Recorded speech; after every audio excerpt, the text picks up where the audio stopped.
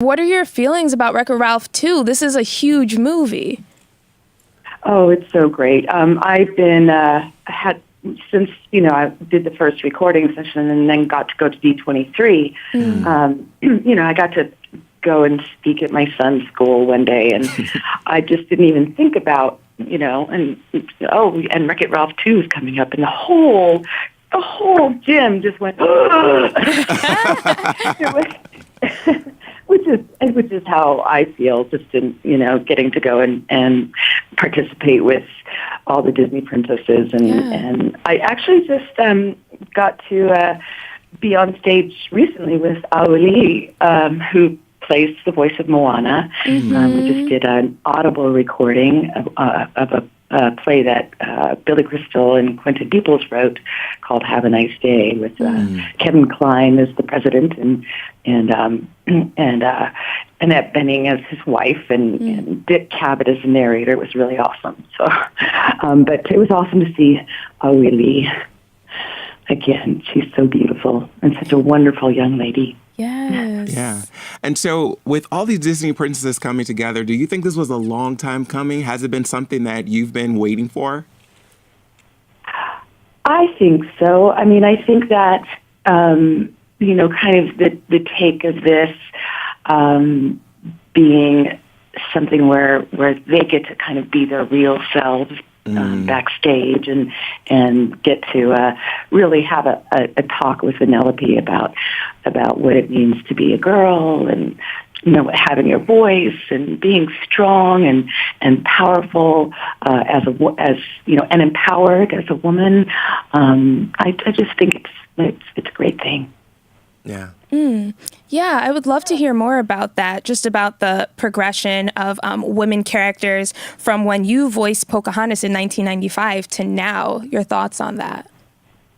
Well, I think, even when Pocahontas was, first out and the conversation I was kind of having with myself about, the previous stories, she wasn't waiting for her prince to come to save her. She actually saves the guy, and really, honestly, the historic story of Pocahontas throwing herself upon John Smith to stop a war from happening. That's why they talk about the Peace of Pocahontas. And I think that legacy is born through, and it was a whole generation of people, kids and people around the world who got to know and realize more about Native American culture from this one particular vantage point, but also just that we're here now, and we're modern people living our lives with a rich and beautiful cultures, I should say, and languages and songs and drums and stories and relationship to the elders.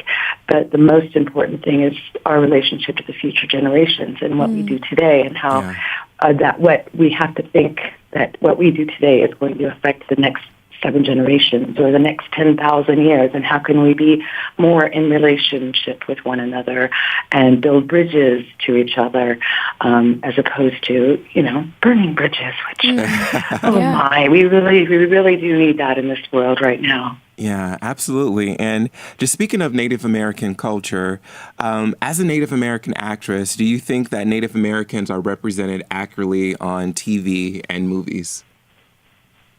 Well, I think that, of course, the very first moving picture was of a Native American man dancing. The very first all Native American cast was in a silent film called Silent Enemy.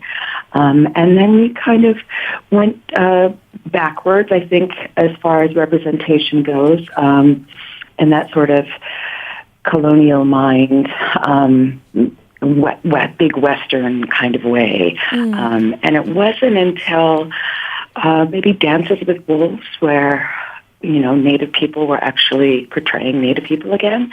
And my career has been what I would say has been over the years with all the film and television projects that I've done, kind of going through some of the Manifest Destiny characters, but also going through coming to us as modern contemporary people.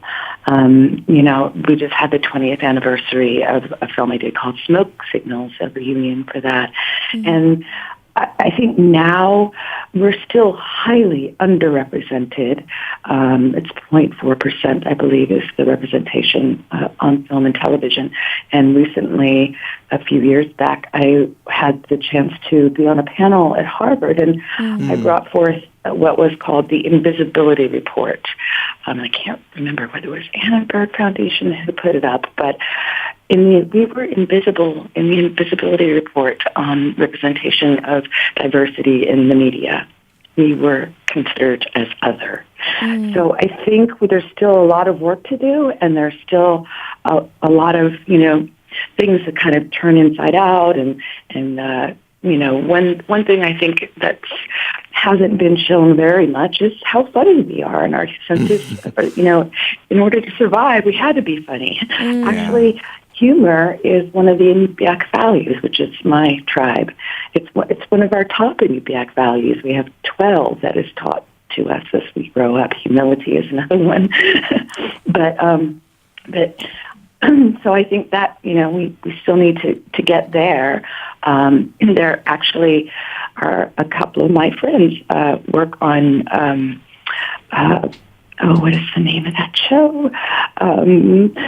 They do work as comic characters, but I think that we just need a little more of a chance to kind of see our lives and see our lives in a comic or romantic comedy, or yes, definitely.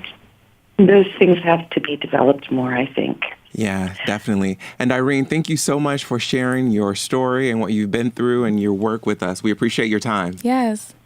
Thank you.